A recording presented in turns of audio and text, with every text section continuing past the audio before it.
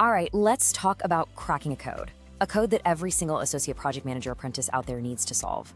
I'm talking about Knowledge K7. We are going to completely demystify it by following the journey of an apprentice named Jody, so you can see exactly how to master it for your own portfolio. So, meet Jody.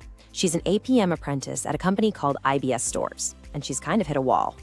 Her coach, Olivia, drops this term K7, and Jody just nods along, but inside she's thinking, what on earth is that? Sound familiar? I bet it does. Don't worry if that's you, you are in exactly the right place. And this is where Jody's quest really kicks off. She's not just going to figure out what K7 is.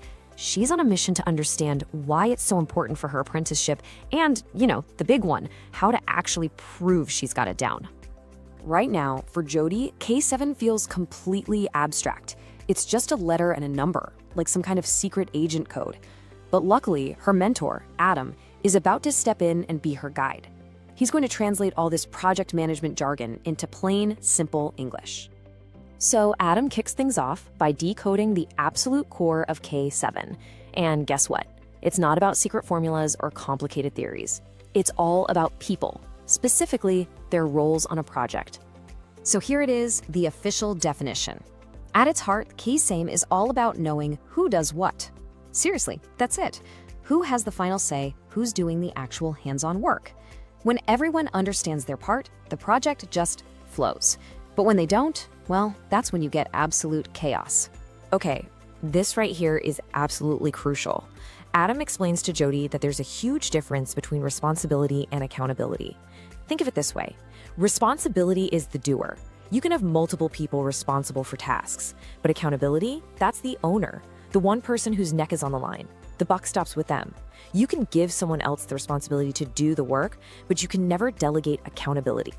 Now let's look at some of these common roles. A really great way to think about this is like a film crew. The sponsor, that's your executive producer. They've got the money, they champion the whole thing, and they have the final say. The project manager, well, that's the director, running the show day to day. Your team members are the casting crew, the ones actually doing the work.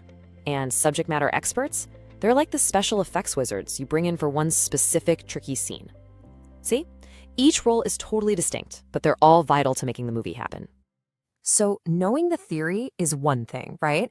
But Jody's coach, Olivia, she wants to see her putting it into practice. So she gives Jody this super clear 5-step plan to really start building her K7 muscle. And Olivia's approach here is just brilliant. Look how it builds. First, Jody just learns the terms. Simple. Then she starts spotting them in the wild, in project documents and meetings. Next, she gets to apply it with a safety net, maybe drafting some meeting minutes. Then, before you know it, she's doing it on her own, owning parts of the RAID log, that's your risks, assumptions, issues, and dependencies log. And finally, the most important step, she reflects. It's a perfect journey from just knowing something to being truly competent. All right, so armed with her new plan, Jody is ready to get out of the textbook and into the real world. She's back at her desk at IBS Stores, ready to put all this K7 knowledge to the test on a real project with our manager, Rachel. And here it is, the million-dollar question for every single apprentice. It's not enough to know this stuff, you have to show you know it. So how does Jody create that tangible, real-world proof that she needs for her portfolio and ultimately for her final assessment? Check this out. This might look like a simple little excerpt from some meeting minutes, but it is a perfect piece of evidence. This isn't just a to-do list. By clearly assigning an owner to each action and defining exactly who approves the final decision, in this case, Riddle, Jody is showing K7 in action. She's creating clarity, she's creating accountability, and that is absolute gold for her portfolio. And here's another fantastic example. In this RAID log entry, Jody hasn't just pointed out a risk, she's assigned a clear owner, Adam. And critically, she's defined a specific escalation path. If things go sideways, they know exactly who to talk to, the sponsor. This shows she gets the bigger picture of governance and project control, which is right at the heart of K7. So all this hard work, the learning, the practicing, the evidence gathering, it's all leading up to one big thing, the end point assessment, the EPA. So let's see how Jody uses all this amazing evidence to totally ace it. Okay, put yourself in the hot seat for a second. You're in your EPA. The assessor leans in and asks you this question. Your heart might start pounding a little bit, right? But Jody is prepared because she has her evidence and she knows her story inside and out. So the crucial thing here is how she structures her answer. She absolutely nails it using the STAR method: situation, task, action, result. She quickly sets the scene, explains her job, and then, and this is the killer move, she points directly back to her evidence. In the meeting minutes, I documented that Riddle was the approver. The result? No confusion, no delays, just a quick, efficient decision. It's a perfect answer. And that's not the only type of question you're going to face. Assessors will poke and prod this from all different angles. They'll ask you to define roles, talk about a time when things were confusing, or explain how you'd talk to a sponsor versus a team member.